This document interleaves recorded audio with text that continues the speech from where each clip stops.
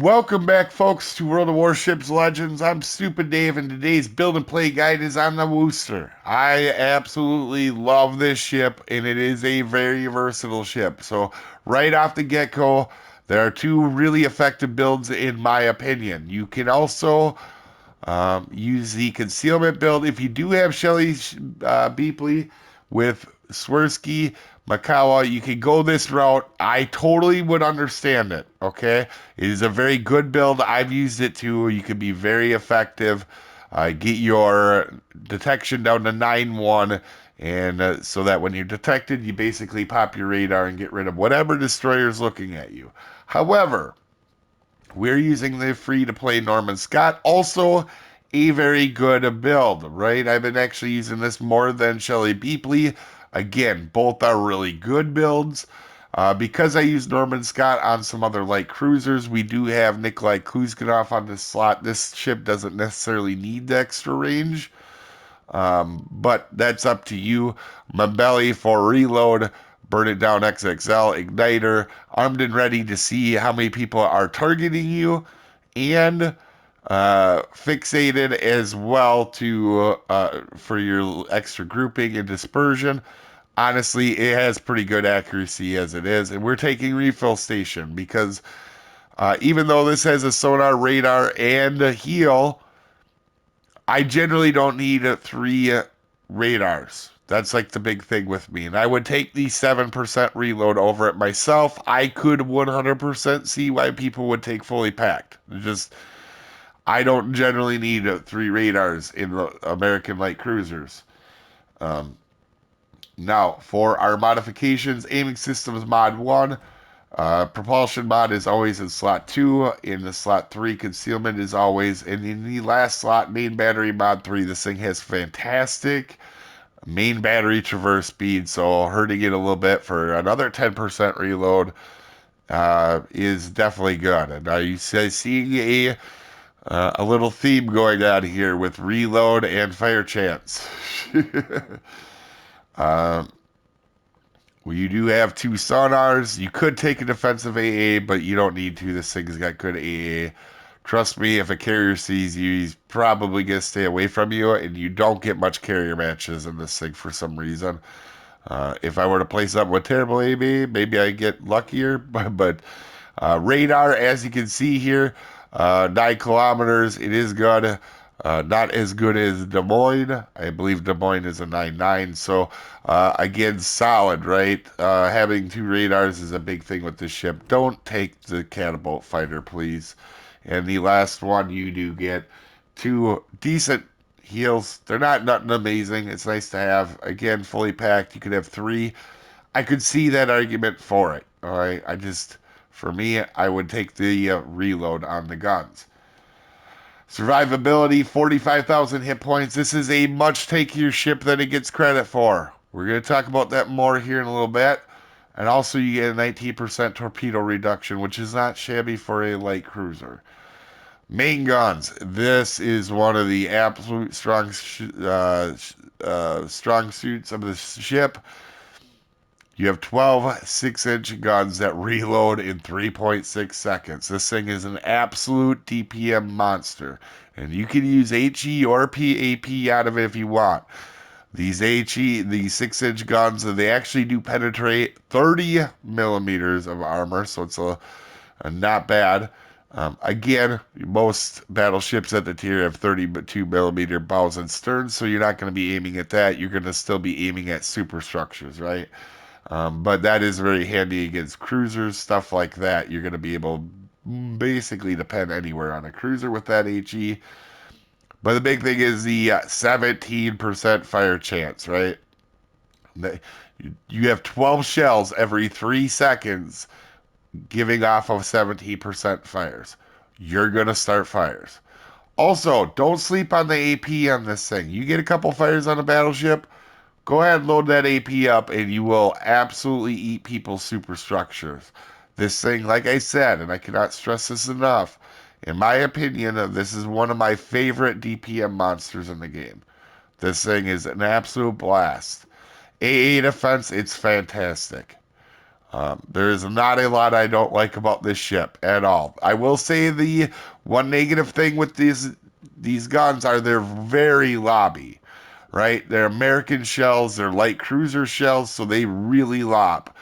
And when I first got this ship, I tried to play kitey, right? Oh, I'm gonna stay back at 19 kilometers, 18 kilometers, and I'm just gonna put everything on fire. Well, good luck hitting stuff at 19 kilometers with this ship.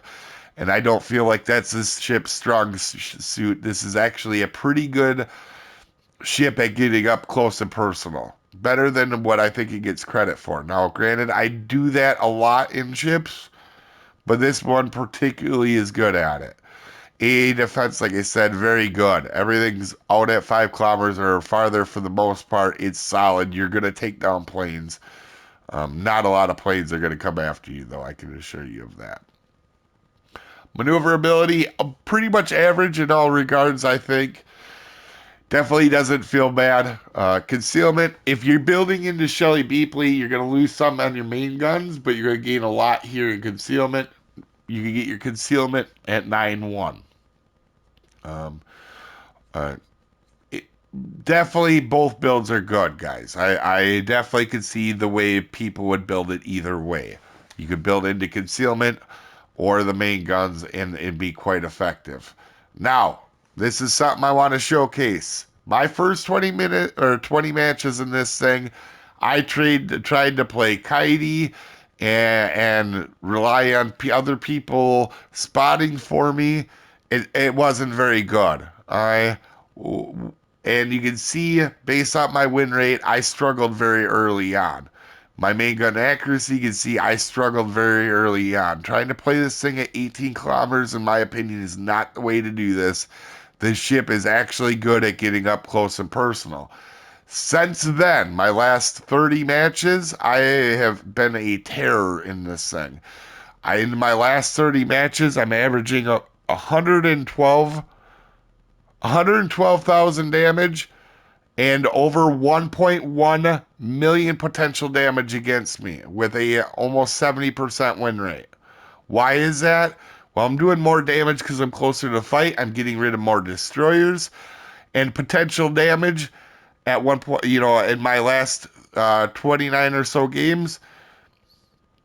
That is a number of numbers for battleships. This is a very tanky ship. The match that you guys are gonna see me in this thing, you're gonna see the match where I have 2.1 million potential damage against me, meaning the enemy team really tried to get rid of me. Okay, and I just right here is the armor scheme. You're gonna see this is an interesting ship. Why is it very interesting? Well, you have a 32 millimeter bow and stern, and this might be what makes this ship this one little thing. Obviously, the guns are good and all that, but without this 32 millimeter bow and stern, this ship wouldn't be probably my favorite. I love this thing. Outside of Musashi and Yami, you can bow take like a son of a gun. Also, another unique feature about this ship, right? Your side plating is 25, and that is really interesting because it's worse than your bow and stern. Meaning you do not want to go broadside in this if there's a battleship around, right? Unless it's really close and they're gonna overpen you. But you don't want to do that. You can bow tank in this ship a lot of stuff if you need to. And it is a very tanky ship. Just don't give up your broadside because at 25 millimeters, basically every battleship at the tier, and I believe defense overmatches. Yeah, no, defense doesn't overmatch you. So just the battleships overmatch you at the tier. And you can see the Citadel. This is at range. This is a very easy Citadel to hit up close.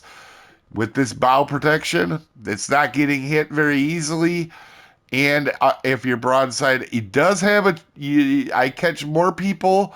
I wouldn't rely on it, but if you're real close to a battleship, it's up close and personal. Broadside kind of is best side because you do at this tier get a lot of overpens when you're shooting at a Worcester up close, right? What this thing excels at is being more up close than most light cruisers. And I know that's probably not a popular belief, but I can assure you once I changed my playstyle on this thing, it was much better. So for our battle, we are at Shards, and I really do like this map a lot. I like a lot of the maps, to be honest. You can see we have a good answer here, so I'm thinking, oh yes, we're gonna have spotting. Oh boy, am I gonna be wrong?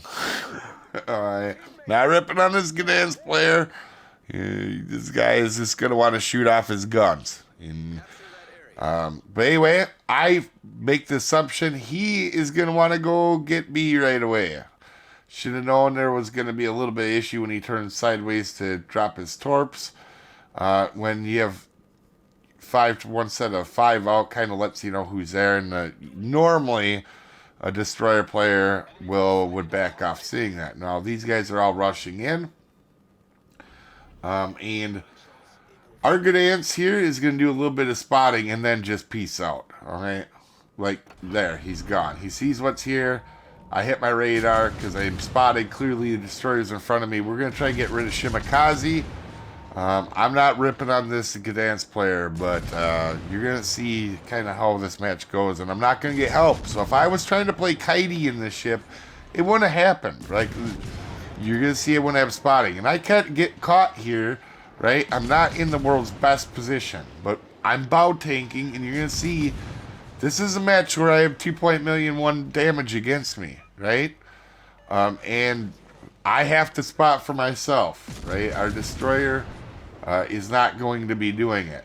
So we're going to go ahead, and we couldn't get rid of Shimakaze, he's too far away, but for the time being, we're going to work on getting work on Schleflin because, you know, his secondaries are what's going to hurt us the most. Also, we're going to be real careful of not getting crossfired. So I can't really back up too far. I got myself in a little bit of a pickle here. So I asked my destroyer, hey, can you just keep spotting for me or throw down a smoke? One of the two. Like, can you throw down a smoke or spot for me? He's going to do neither one of them. He's going to go drive and hide behind an island. Like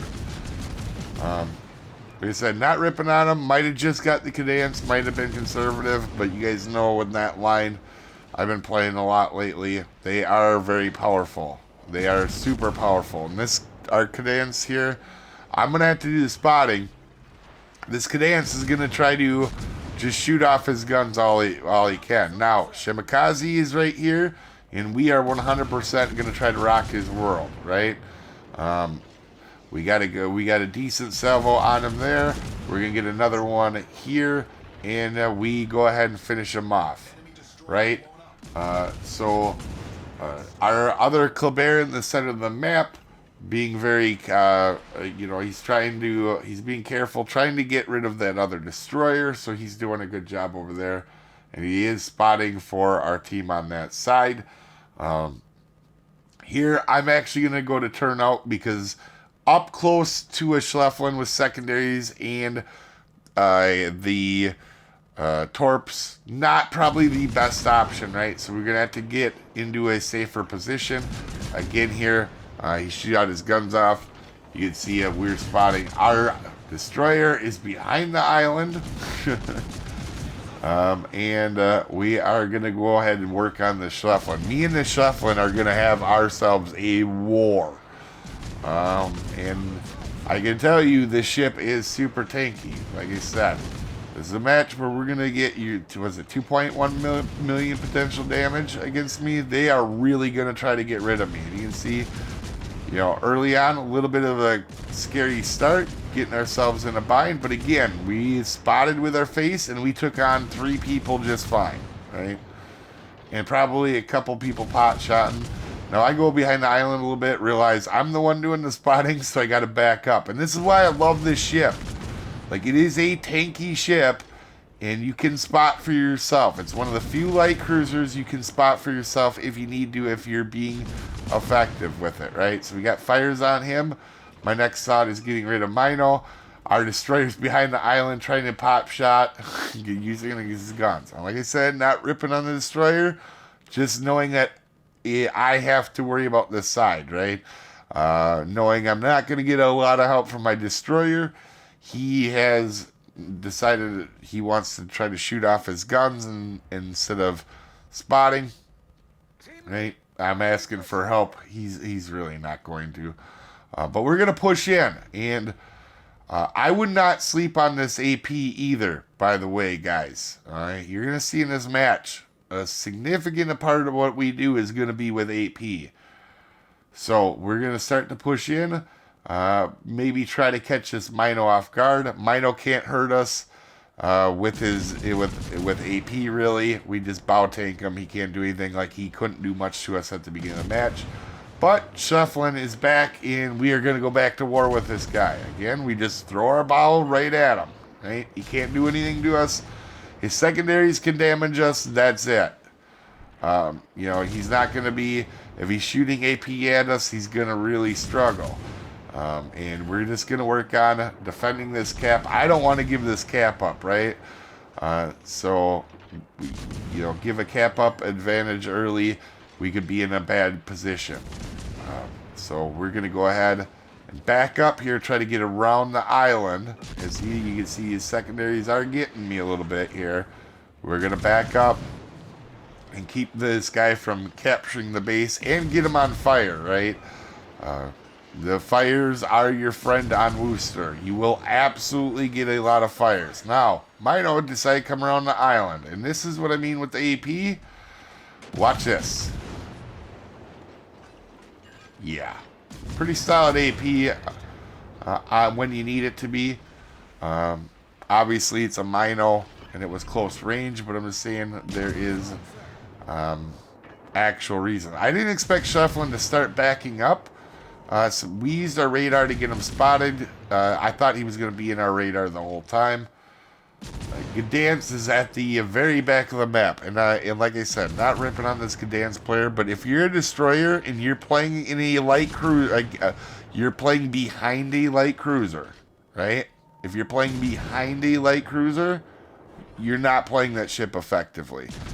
Especially against a light cruiser that has survived more than 3 seconds. It's different if somebody rushes in and dies. Obviously, you don't want to do that. But so Gdansk, not really much of a help. However, at the end, he's going to do a few things that we'll talk about that are very interesting. So, right, we have the battleship. We know he's on fire. So, this poor Schleflin probably hated Woosters after this. And I'm trying to get myself in a position to this Alsace, right? Help the middle of the map. Now, we know Schefflin's probably dead. He's probably not going to get the cap. So we're going to light up this Alsace. And here, I don't have to spot for myself. And you guys are going to see how quick, once I get dialed in on my aim, how quick this Alsace is going to go down. Like, he is going to go down very quick. We're going to get fires on him. He's going to damage con the first fire, which is a terrible idea against the Worcester. If you see this many shells coming at you, I would not damage con one fire, right? So we're going to try to get 2 more fires, or we're going to try to get 2 fires. You can see we got 1, and we got 2. And now watch this guy's health. We're going to switch to AP now. We got 2 fires on him, and we are just going to start chunking this guy. Watch the AP on this. Every 3 seconds or so. The first level out the gate, we get, 6,000. Then we get another huge chunk, and then another huge chunk. Like, obviously, our destroyer wants to shoot off his guns, hide behind a mountain. We get our witherer. But you can see the AP is decent on this ship, right? And to our battleship's credit, he does poke his nose out and at least help spot for us. This destroyer player, I've had some real frustrating things. Now he comes into the cap here as we go ahead and finish him off the Alsace. This thing did not, this Alsace did not last long once we got 2 fires on him. And we switched over to AP. So our destroyer now, with only 5 minutes to go, now he's going to start grabbing caps.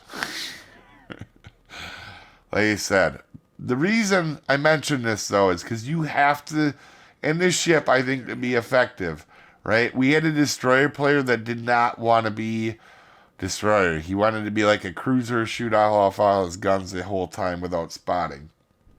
I'm not ripping on him.